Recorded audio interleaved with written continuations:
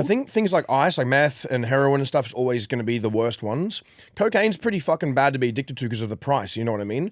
It might not be quite, I know this sounds weird, but it might not be quite as bad for you as things like meth or heroin, but, you know, coke's quite expensive. So if people are addicted to that, you know, it's like they need a lot of money to fuel that addiction. And do you mind, and you don't have to touch on this if you don't want, but like people you've seen like overdose, what sort of stuff were they on? more things like Percocets and like opioids and prescription things a lot of the time, mixing with other drugs. Like it's when these drugs have interactions that people are unaware of, you know, like someone could be on an antidepressant or like Xanaxes or something and take something else, like too much opioids or too much meth or something, and they all just fucking interact inside you, and it's just a big chemical explosion. And fuck, man, it's horrible. You know, a crazy story. I was in Hollywood, or I stay in West Hollywood because Hollywood's a shithole, right?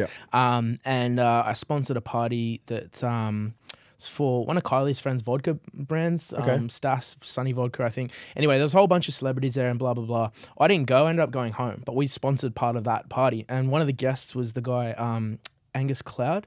So he was one of the actors in Euphoria. Yep. And I was supposed to be over there, and apparently this dude was like the nicest guy in the world. This is the guy that passed away? Yeah. He looked a little bit like Mac Miller. Yeah, he did. It's exactly what he looked like. And I got home and I don't know why I felt so fucking terrible. I'm like, what could I have done? It was just a party. But like, I feel that because that's such a toxic industry, Hollywood. You've been over there as well. I spent plenty of time out there. Yeah, it's pretty mentally exhausting because it's very shallow, very superficial, very psychopathic. And I feel that like there are some people, maybe like you and me, who have a bit more empathy, where it really does have an impact on you. And I feel like maybe. And I'm just you absorb a lot of these feelings and emotions and stuff, you know what I mean? When you are a bit of an empathy sort of person. And that's why I wonder, like, was he taking drugs to escape that feeling? For sure he would have been, you know. I think most people that take drugs, they're trying to escape something. You know, I've been guilty of this. I've smoked a lot of weed to just drown my brain just so I could sleep or just so I could switch off. I've definitely been in bad positions before, and I've never like had a drug of choice. I've never done things like heroin and meth and stuff like that. But I just did something this morning. Yeah, no, I'm on meth right now. But yeah, no, I think people use it. It all falls under the same thing, you know, whether it's drug abuse, gambling, alcohol abuse, like porn addictions, you know, they're all just as fucking bad, you know. It's all just escaping, you know. You need to like dig deep and get to the core issues. Like, there's nothing wrong with a bit of balance. Like, I can go out and smoke a heap of weed and wake up the next day fine and go make heaps of money, train, feel good, look good. Like, my brain's in pretty good health considering the head knocks I've taken and the shit I've been through.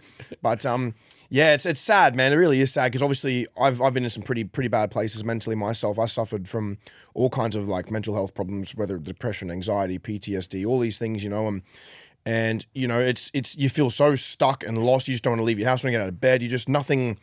It's just like you don't want to die, but you don't want to live. You know what I mean? It's a real weird place to be. And obviously that's why I think people go down that route of drug abuse, because it's a way for them to just turn those thoughts off and maybe feel something a little bit more euphoric, you know? Just, you really said that, you captured that in a very powerful way, bro. I've never thought about, because I've been in that dark spot too, where it's like, fucking weird how you just said that. You don't want to die, but you also don't want to live. Yeah. It's a bad place to be, Horrible place to be, man, because it's like, if you were a shitty person, you know what I mean? Or not a shitty person, sorry, but like, if you didn't care about your family and friends and the impact it would leave on these people, then maybe you would just be like, okay, cool, I'm taking my life. You know what I mean? But I think it's such a bad place to be when you just don't want to be alive, but you also don't want to die, because it's just like you're just stuck, man, you know? Do you feel that it makes you appreciate when you're in that good, happy place? Because I think you got to experience the bad to appreciate the good. 100%. I wouldn't change anything, bro. Like I suffered bad for years, man, from probably about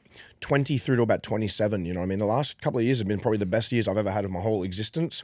My headspace has been a lot more consistent. I've been feeling good. And yeah, man, and it all stemmed from a lot of bad things happening, you know? My spine surgery, I went through a breakup. I sold my big party house. I was completely tired and sick of doing social media. I was sick of making videos. I was sick of like having to be that person. Like, I've always been myself. I've never put on an act, you know, but just that pressure that comes with it of like, you could be in the grocery store just hanging on by a fucking thread, and people are running up, oh, Jackson, putting their phone in your face, doing this, doing that. Oh, can you say a quick video, quick birthday message for this? Do this, say that. Oh, Jackson, you won't do that. And it's just like, you're just already so fucking cooked in the brain. You just don't even want to be out there. It took a lot of effort just to even get down to the grocery store, and you get people coming up like that, you know what I mean? And you've still just got to put the smile on, be friendly, be polite, be patient as well. And it's not an easy thing, man. People might be like, oh, poor you, but it's like, bro, you know, it's so weird you're saying this,